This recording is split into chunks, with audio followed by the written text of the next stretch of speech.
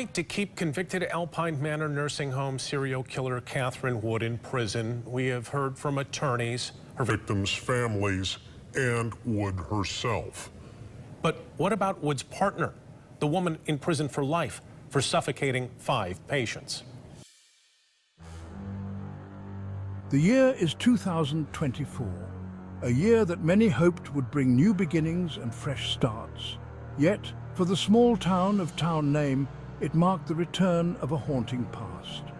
A chill settled over the community of town name, a place that once thrived on warmth and camaraderie.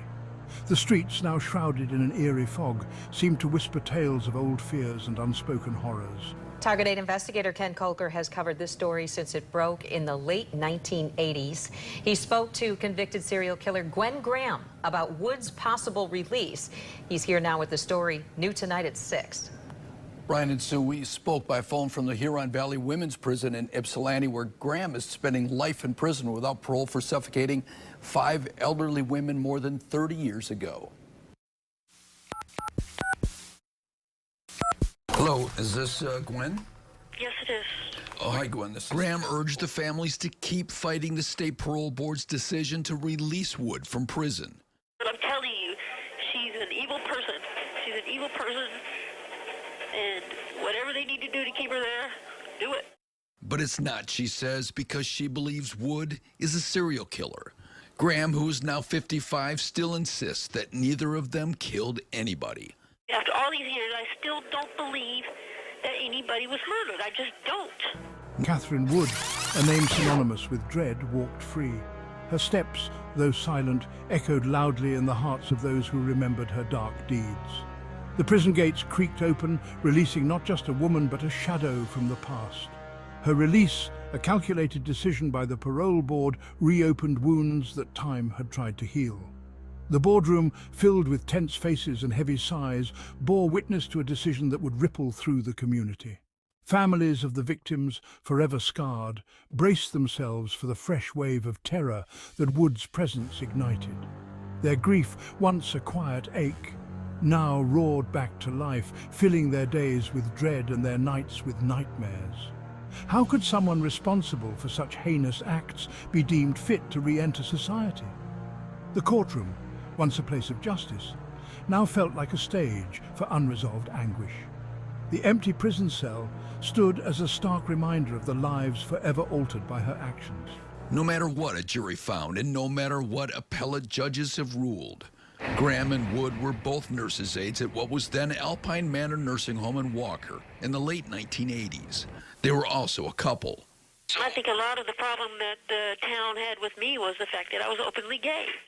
They were charged with killing 5 elderly women suffering from Alzheimer's or dementia.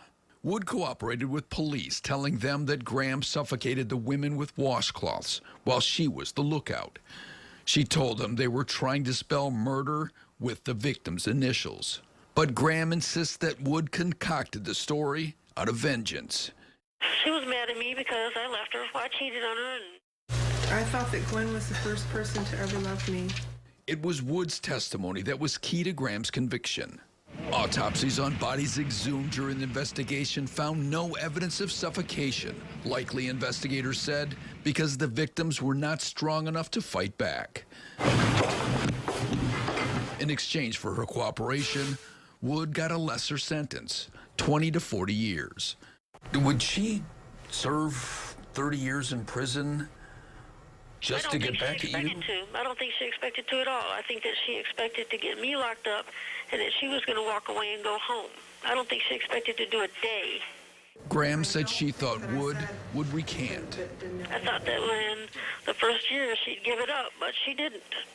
Last September, the Michigan Parole Board ordered Wood released on parole. She's already served her minimum sentence. The question hung heavy in the air, a chilling reminder of the justice that felt incomplete. The dark alleyways and foggy streets seemed to hold their breath, waiting for the next chapter in this unsettling saga. The sky, overcast and brooding, mirrored the town's collective unease as they grappled with the return of a shadow they had hoped was gone forever. 1987. The once serene halls of Old Alpine Manor, a home for the elderly, became a hunting ground. Because she's going to do something again. Her victims' families appealed, arguing that she was more involved in the killings than she's admitted, is gaming the system, and faking remorse. They believe she'll kill again. As for Graham, she says she has one appeal left. That's your sentence, is to die in prison. I mean, that's Yes, what it your is. sentence Yes, is. it is. Do you think Kathy Wood should? I mean, if you are? Yeah. Definitely. If she's going to take my life, she took my whole life for something that never even happened. So for Graham, at least as her story goes, keeping Wood locked up is really about her own vengeance. She thought it was a game, and she won, and in the end, she'll win. If I die in here, and she's walking around free, she'll win. Now, Kent County Circuit Judge has held 2 hearings on the parole board's ruling. He is expected to issue a ruling soon on whether Wood should be released. Catherine Wood, a young nursing assistant, held the lives of its vulnerable residents in her hands. But those hands meant to care were stained with the blood of the innocent. Wood, along with her then-boyfriend, Charles Graham, embarked on a killing spree that shocked the nation. The elderly, seeking solace and care in their twilight years, became prey to a sinister game. Wood and Graham were not driven by passion or greed. A shared lust for control and a perverse pleasure in extinguishing life. They were the self-proclaimed angels of death, their bond cemented by a twisted sense of purpose. Were deemed inconvenient, their lives deemed unworthy. The methods employed were chillingly cold, a sinister cocktail of drugs designed to silence their victims, leaving no trace behind. The investigation sent shockwaves through the community. How could such horrors unfold under the guise of care? The trial that followed was a media spectacle. The details of each murder laid bare, chilling the hearts of those who listened. The jury's verdict was swift, guilty. Wood was sentenced to life in prison, her crimes deemed too horrific, her presence too dangerous for society. But true justice seemed elusive, a life sentence a meager recompense for the lives stolen. Section 5. The Parole Board's Shadow. Decades passed. The echoes of the past lingered in the air, like a haunting melody that refused to fade. The courtroom, once bustling with the fervor of justice, now stood silent, a relic of a bygone era. The calendar pages turned, marking the passage of time. Yet the memories of Old Alpine Manor remained etched in the minds of those who lived through its horrors. The horrors of Old Alpine Manor faded into a collective nightmare. The once vibrant nursing home, now abandoned and shrouded in eerie silence, stood as a grim reminder of the atrocities that took place within its walls. The foggy, deserted streets at night seemed to whisper the secrets of the past, while old newspaper clippings, carried by the wind, told tales of a time when fear and despair reigned supreme. Then came the news that shook the community to its core. Catherine Wood was up for parole. The breaking news headline flashed across television screens, leaving viewers in a state of shock and disbelief. The prison gate, once a symbol of justice served, now creaked open, signaling the possibility of a new chapter in a story that many wished had ended long ago.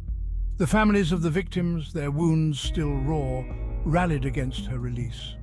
They gathered, holding photos of their loved ones, their faces etched with pain and sorrow. Candles flickered at vigils, casting a somber glow on the faces of those who had lost so much. Emotional town meetings became a battleground for justice, as the community united in their plea to keep Catherine Wood behind bars. How could someone who had orchestrated such calculated acts of cruelty be deemed fit to re-enter society? The question hung heavy in the air, a testament to the lingering doubts and fears that plagued the minds of many. The menacing close-up of prison bars, the dark silhouette behind them, and the newspaper headlines questioning justice all served as stark reminders of the gravity of the situation. The parole board, however, saw a reformed woman citing good behavior and therapy sessions as justification for their decision. In the sterile confines of the parole board meeting room, serious faces deliberated over the fate of Catherine Wood. The gavel hit the block of sound, marking a decision that would reverberate through the community. The woman in prison uniform, once a symbol of fear, now looked hopeful, her eyes reflecting a glimmer of redemption. The board's decision was met with a mixture of relief and outrage, as the community grappled with the complexities of justice and forgiveness. Section 6 Raw Wounds reopened. The news of Wood's impending release spread like wildfire, igniting fear and outrage. Families of the victims, forced to relive their nightmares, voiced their anger and despair. Their pleas for justice for the continued confinement of a woman they deemed a monster fell on deaf ears.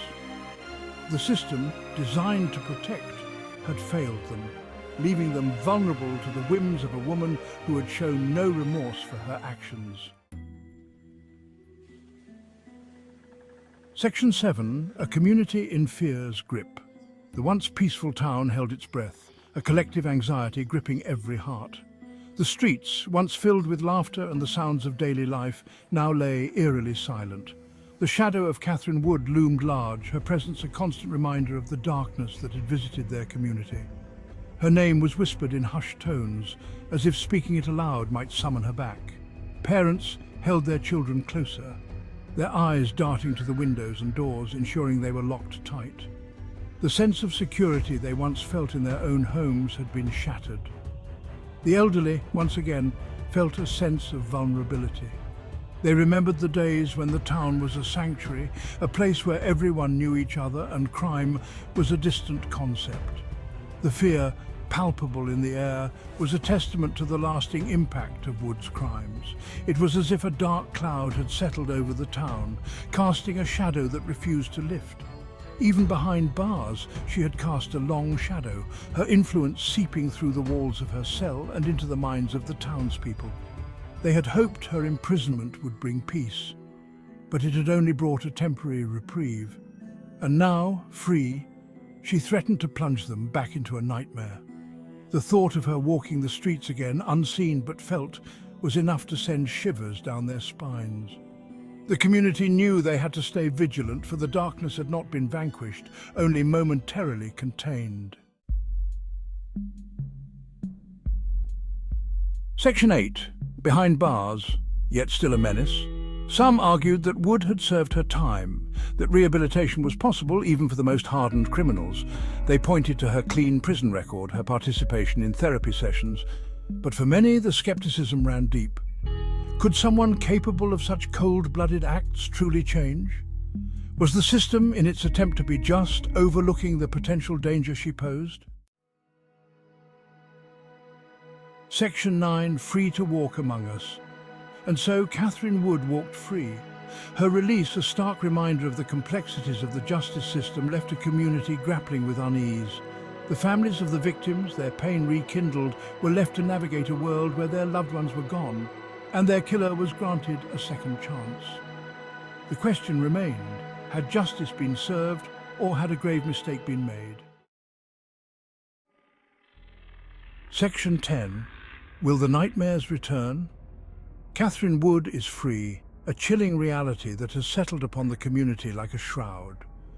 Her release, a point of contention, has reignited the debate on rehabilitation versus the safety of society. As she attempts to rebuild her life, the scars of her past remain, a chilling reminder of the darkness that can lurk beneath the surface. The question lingers, heavy in the air, will the nightmares return?